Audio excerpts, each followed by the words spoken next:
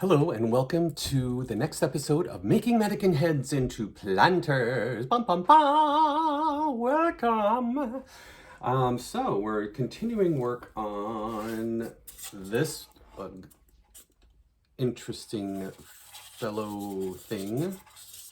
And the next stage, so I've been trying to figure out what to do next. I worked through with the gray, right? So the gray is highlighting the darker parts. Got that all the way through. But now what I want to do is I want to make it stand out even more. So my debate was, my debate is, do I go back through with darker or do I go back through with lighter? And I've decided to go back through with lighter. I just a little experimentation while not with you. And I found that this right here, this coastal waters, is actually what I'm going to use for highlighting right where I just went through with the lighter gray. So what I'm going to do is I'm continuing through right on the bottom side or the outside of the gray that I put down with this even lighter color. And why am I doing this? Well, I'm finding that it's giving me this really cool, really nice brightness that was getting muddy before. So I gotta figure out how to do this so I can actually do it in light. And that's what I want. I want brightness and clarity to it. So I'm bringing back some of that brightness into the face, outlining, and what it's also doing is it seems to be blending it into the background of the face better while still having it stand out nicely. I know that's a contrast, but in terms or in desires, but that's what it's doing and that's what I want it to do. And as usual, it's all experimentation and figuring it out as I go, somewhat planning. You know, it's like I dream about, like, what am I going to do next on that? What should my next approach be? Oh, blah, blah, blah. And then I end up doing part of that, but not necessarily most of it. So this is just continuing to work it, and I think I kind of like it. Yeah, it's giving it more clarity, if you will, to what I just did. And sharpening up those edges a little bit more, which I really like, because that's what the gray started really doing. And so I'm just applying it as I go, like I said, on the gray side, only on the gray. So I started, just so you know, the process of what I was doing, started with the marker, and then I went next to, actually mostly on the marker with the dark blue. Marker was just sort of to give myself to sort of define what I was going to be doing, to figure out what the heck I was going to be doing. I was drawing on the, literally drawing on the face with the indelible marker, or whatever you call it, the Sharpie. And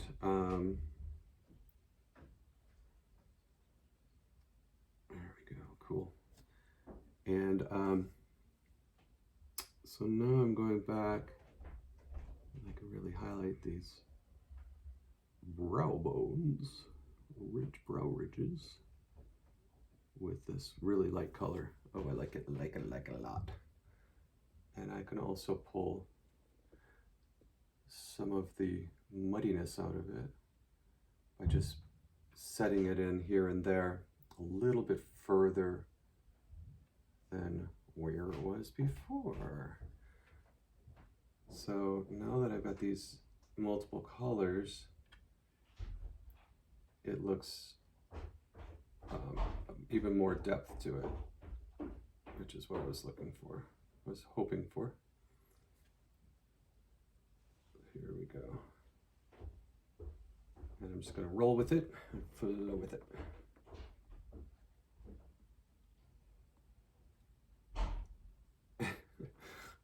Somebody just came down and realized that I was recording again. They went, oh crap, never mind. All right, cool. So that's working. So I'm going to stick to this side for right now. And I'm going to bring it in and around.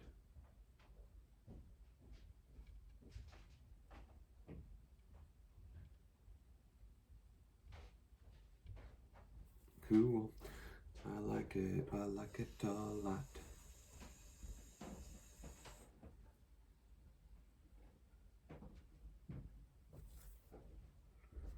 What's kind of neat is that having done those extra, the layers underneath and everything,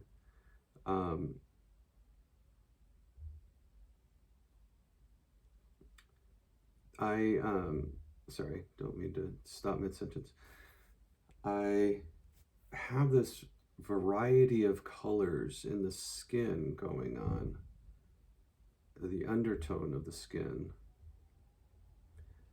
that seems to be working majorly to my favor. And this brush, which has got a sharp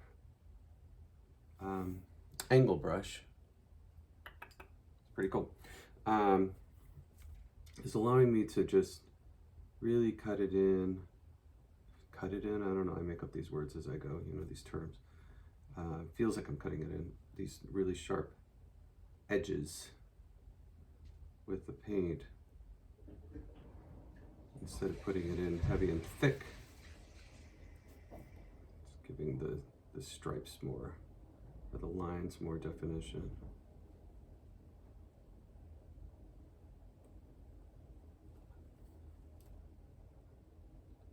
And clarity. There we go.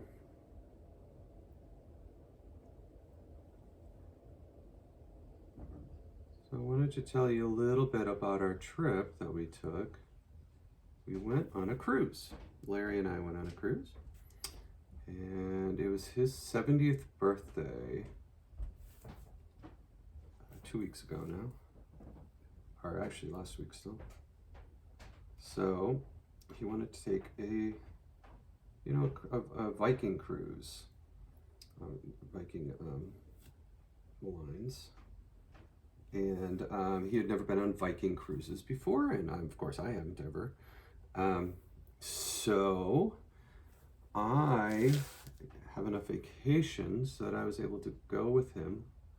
And see, when you go on cruises, if you're a single person, you have to pay for two on most cruise lines still, which is like a total bummer. And he doesn't really want to go by himself, and not all of his friends can, sort of take off and go. And with my extra wonderful vacation that I get, I also have lots of incentive to take advantage of it. And so we travel well together and have a lot of fun. It's actually the three of us, Lee, Larry, and I, when we did a cruise to a Norwegian cruise that was on Princess to Norway. Obviously a Norwegian cruise to Norway.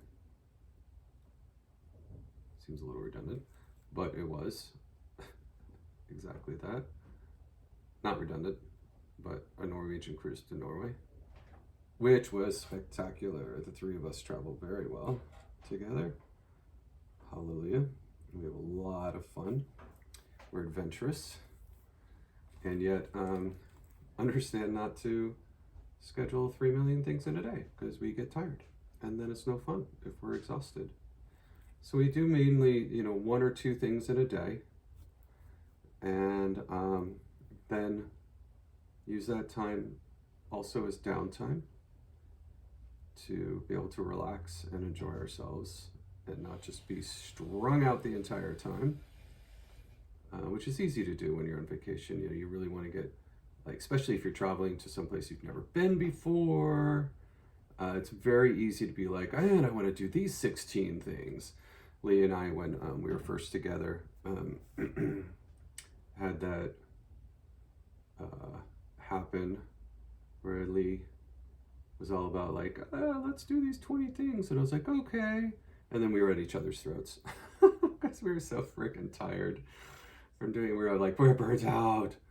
So we've learned to regulate ourselves much better. I put my foot down heavily about not having too many things to do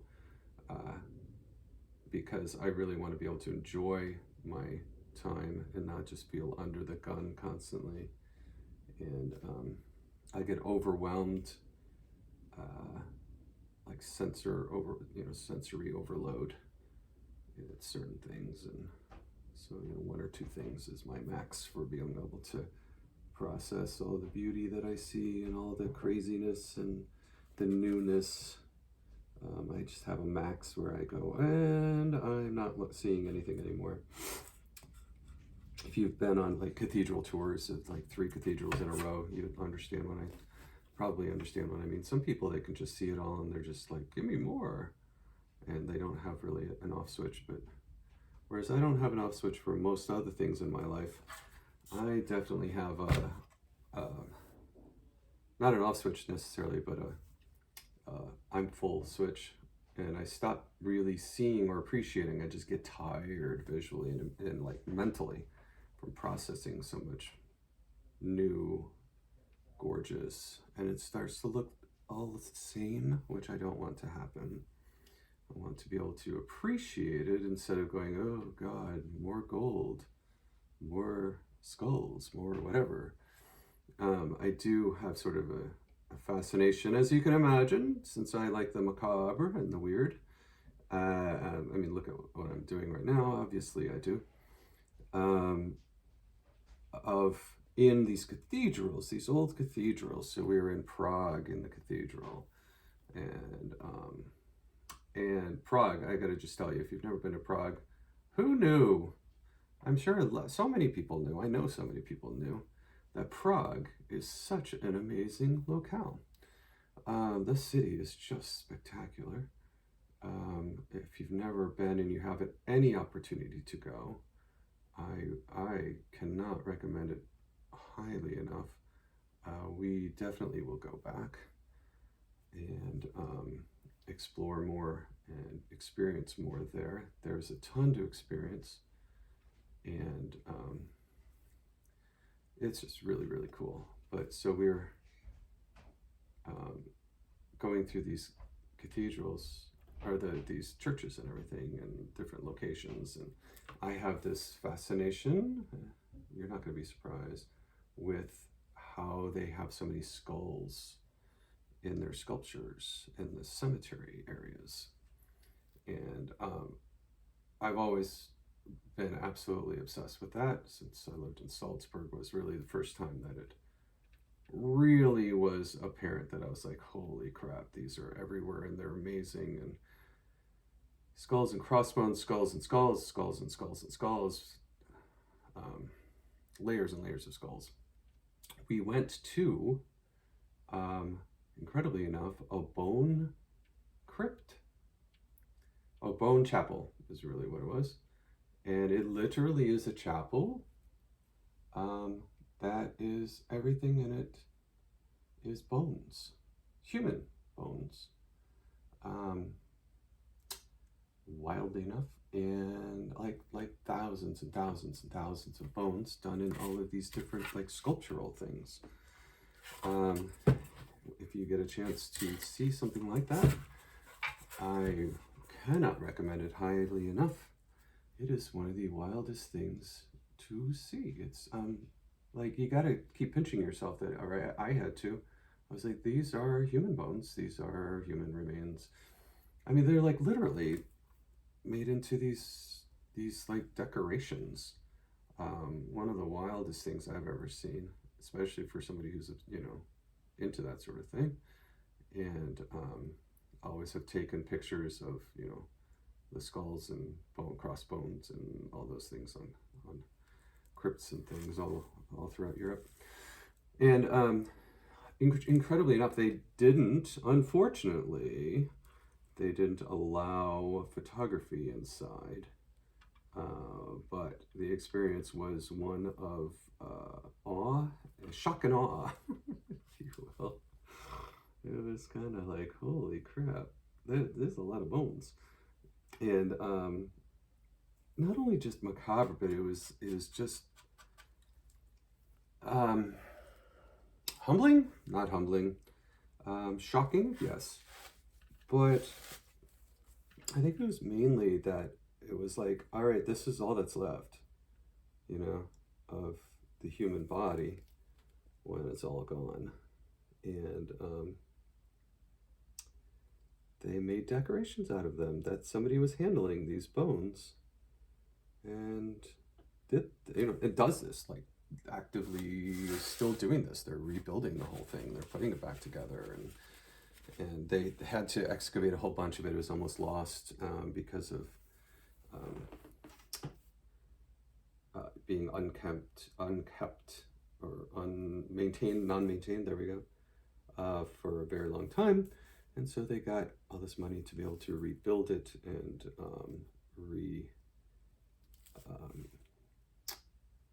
redo the foundation, and they made it, you know, more, not only more stable, but more able to hold the bones without them decaying. And what an incredible experience, though, to be able to get in there. We had no idea, you know, that what we were about to see. So we got in and we're just like, what the hell? It was just crazy. And it was a bone chapel. And it was interesting also because they showed, I mean, and some of these bones are like super ancient. And some of the skulls they showed from battles, ancient battles, that that showed where people had gotten like bashed in the head, and they have a hole in their head, and they survived because it showed signs of healing. And which is, you know, just absolutely incredible. I mean, like big old hole in the head, and they it started to heal. Who knows how long they were alive, but I mean, that's just really incredible to see that. And so this, continuing with this painting, is working very well. I'm going very, very lightly with this coral, what is it called? Coastal waters on the top sides. But yeah, so if you ever have a chance to see a bone chapel, I recommend you do it. I guess there are a few of them around, and it is a fascinating experience. So a couple other highlights were that we went to some beautiful castles in Czech Republic, and went into Slovakia and experienced some of Slovakia. And the sense of the most impressive thing about Czech Republic and Slovakia for me is the resilience of the people, considering, you know, how they've been under communist rule for so long, or somebody else's thumb rule for so many decades. I mean, just hundreds of years, right? It's always been somebody else in charge. The Austro-Hungarian Empire, the this empire, the these guys, the communist regime, I mean, just not having sort of their own political say as a people, as an individual identity, but always being supposedly part of this or part of that. And how they have this very strong, especially the more rural you went, very strong sense of personal identity. And pride in being Czech and speaking Czech, which nobody else in the world speaks, or speaking Slovakian, which nobody else in the world speaks. You know, little country, as they say, little country, big people, big language. And that kind of passion for identity and self and cultural, like maintaining their culture through arts and music. It's just really, really, really, really inspiring. You know, that through all that oppression, through all that constant being controlled and told what to do and made to do this and made to do that in horrible circumstances for so many years, and just to hear the personal stories of our guides, and even up to the 90s. I mean, Velvet Revolution was, that was really freaking recent. Like when you're in Prague, you'll hopefully learn about Wenceslas Square and the shit that went down in Wenceslas Square is just astounding. So if you can learn about those things, and that's very, very contemporary. Like, I was in college during this shit. Contemporary history, living history. You can walk around and just be like, oh my God, these incredibly brave people who just so hardcore needed to break the oppression, get out from under the thumb, regain identity, reestablish identity, I should say, reestablish self, and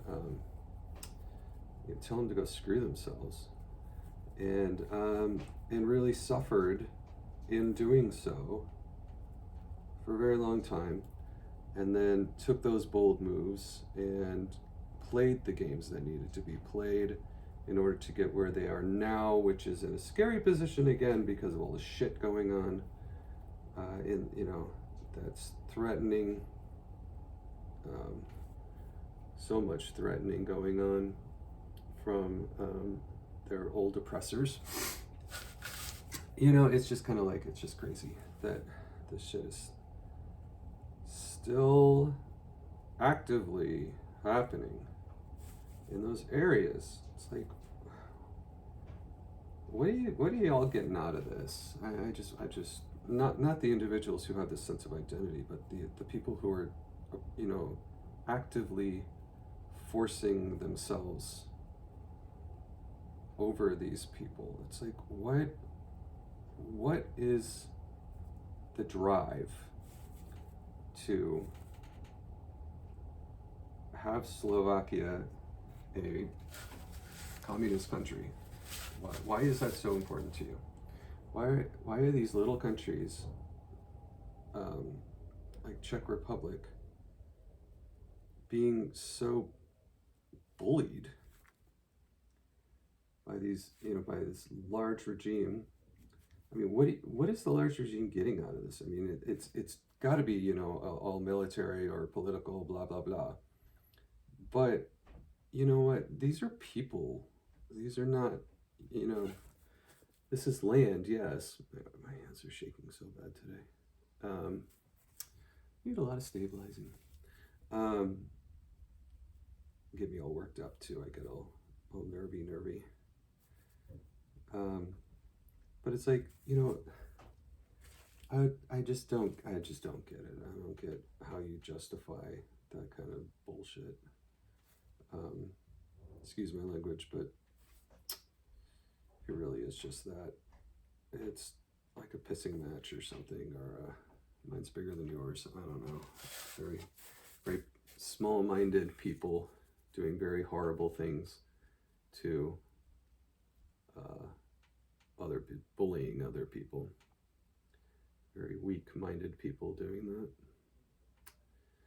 And I guess that's just kind of what oppression normally is. It's very weak people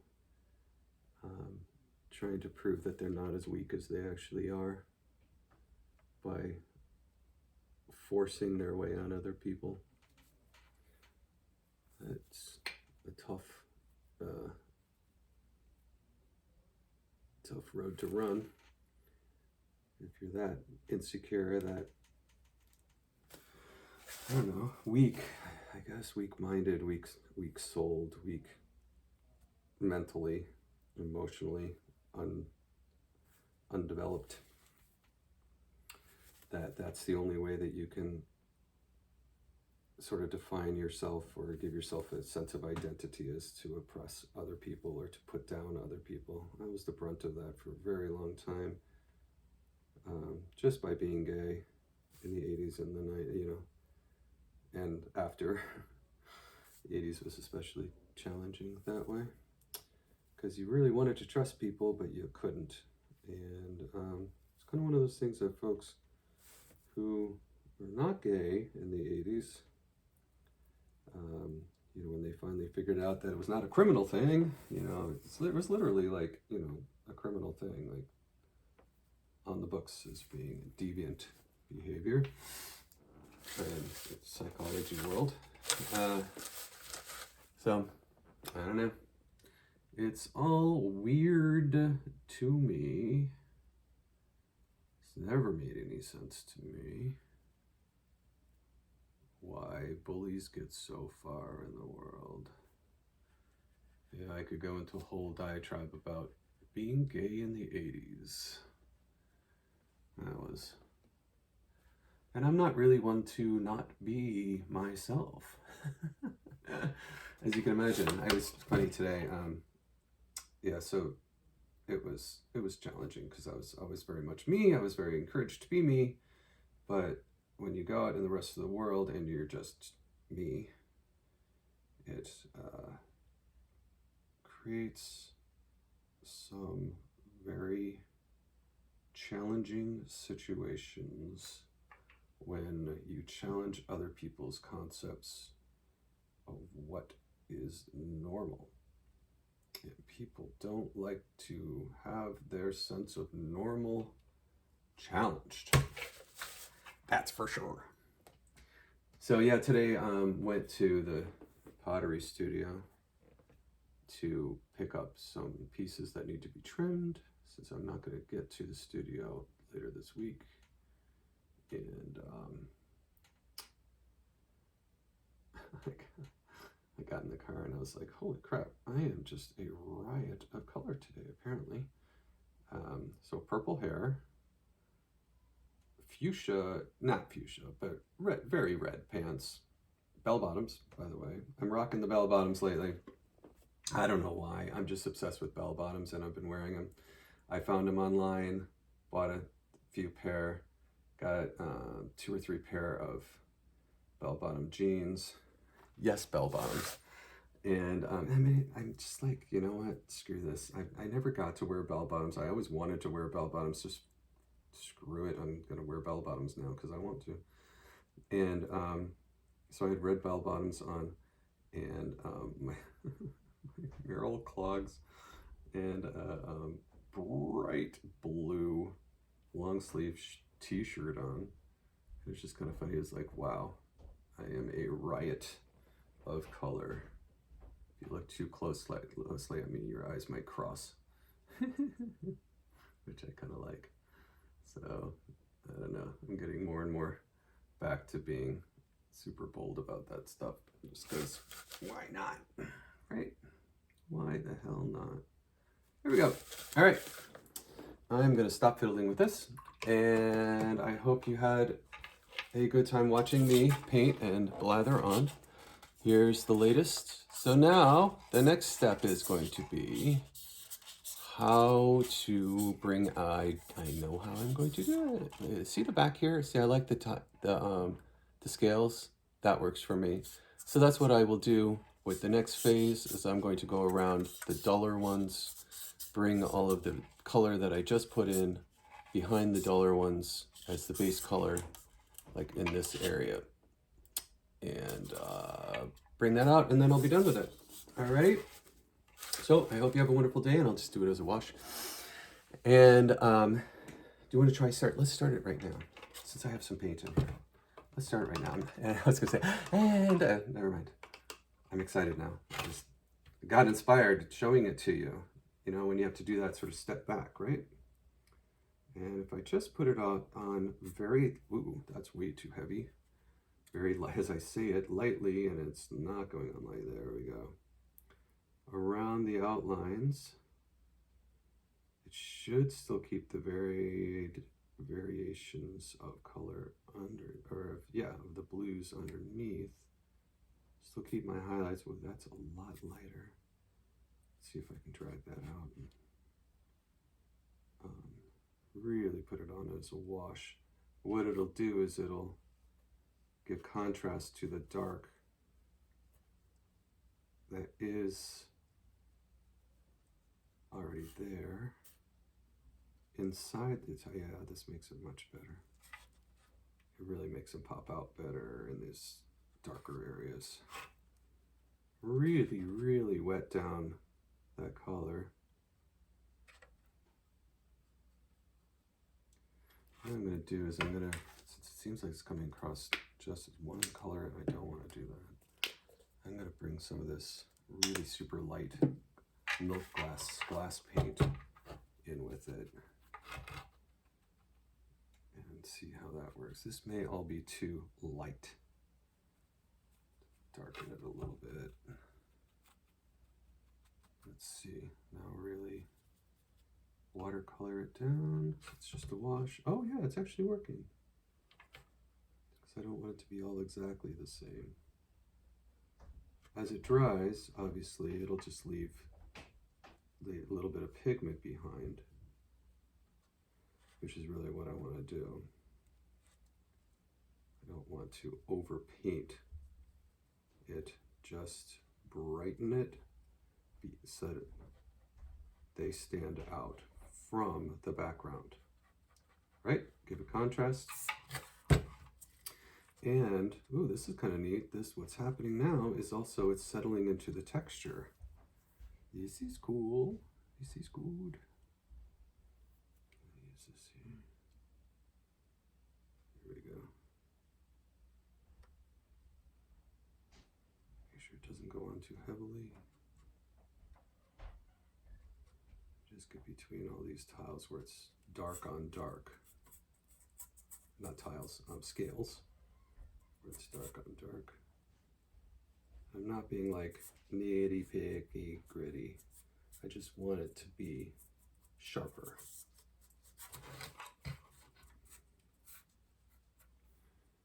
And cleaner. There we go. And as my color changes slightly from the two paints that I'm using, I can bring that up underneath texture. There we go. And that ties in the face. Oh, look at me. It's like I planned this. Trust me, I did not at all plan this. Gotta love when that happens, right? All right, yeah, so this is definitely the way to go. And I kind of like, actually, I very much like how it's coming on modeled. Excuse me. All right, good. More water. Let's get this all mixed together. A little bit more pigment. There we go. And pull these. So those black lines are really going to have it stand out now.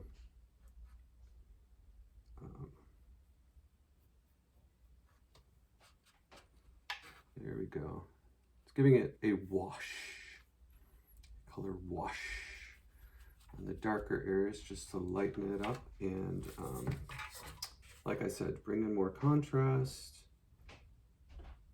And you gotta make sure there's tons and tons of water, because otherwise it's going on too heavily. And so the texture, because it's gonna sit into those little, it's got a nubby surface because it's the SculptCrete. It's actually drying.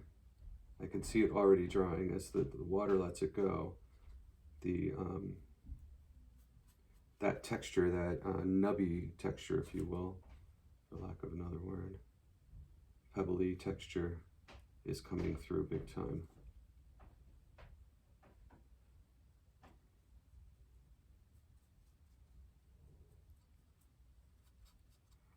There we go.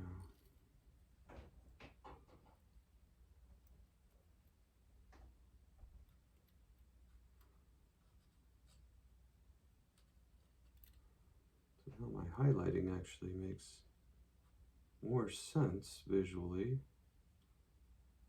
because this highlighting, the highlighting of the lines, I mean, is pulling it all together to just generally be easier to discern the different characteristics. This is one of the nice things about working on this surface. Once you get paint on it, it's easy to sort of smudge it around with your finger to fix the, oopsies, I went over the lines. And even if I do go over the lines, all it's doing is softening it ever so slightly, which is not a bad thing. So this area is actually already lightened, so I'm going to leave it as is.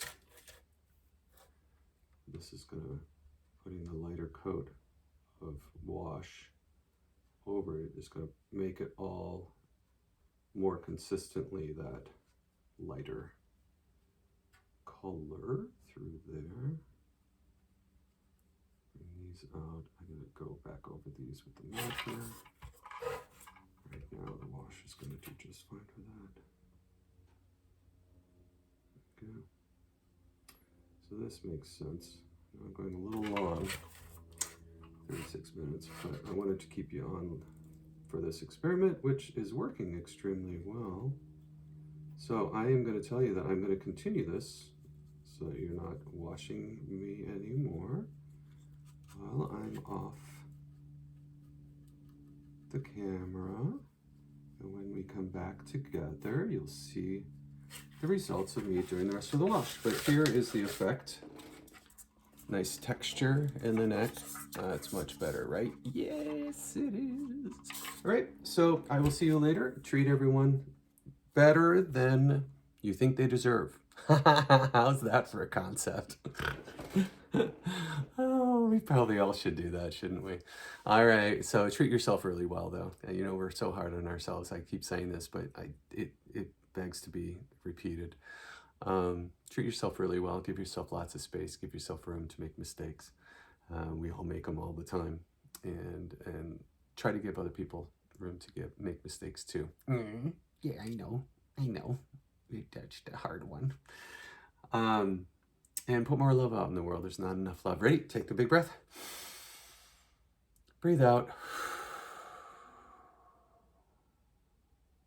Yeah, much better. All right, now face the world. Have a great day. Bye. Hello and welcome to the tag ending of this last episode. So I finished it. I kept on doing what I was doing, and I realized that as soon as I finished the highlighting, it's actually kind of wet, I was done. So sorry for finishing it without you, but there it is. I like it. See how it just blended it in so that the scales kind of come out as growths. That's kind of what I wanted. I wanted anomalies. The face looks very weird and craggly. I like it. It's weird. And then the coming down into the body, I'm happy with. You love that sound? So just wanted to give you a heads up. I have no freaking idea what to do with the eyeballs. So I'm just leaving them as is. Almost looks like her eyes are closed. Their eyes are closed. Or they're just no eyes. Oh, there you go. There's just no eyes. And I love how the mouth came out. I just brought those lines down into that black sort of hole. So all finished. Very cool, huh? How fun is that? Nice. Nice. Yes. Happy dappy. And there it is. All set. I hope you have a great day. All right. Subscribe, like, and share. Tell all your friends. All right. Have a great one. Bye.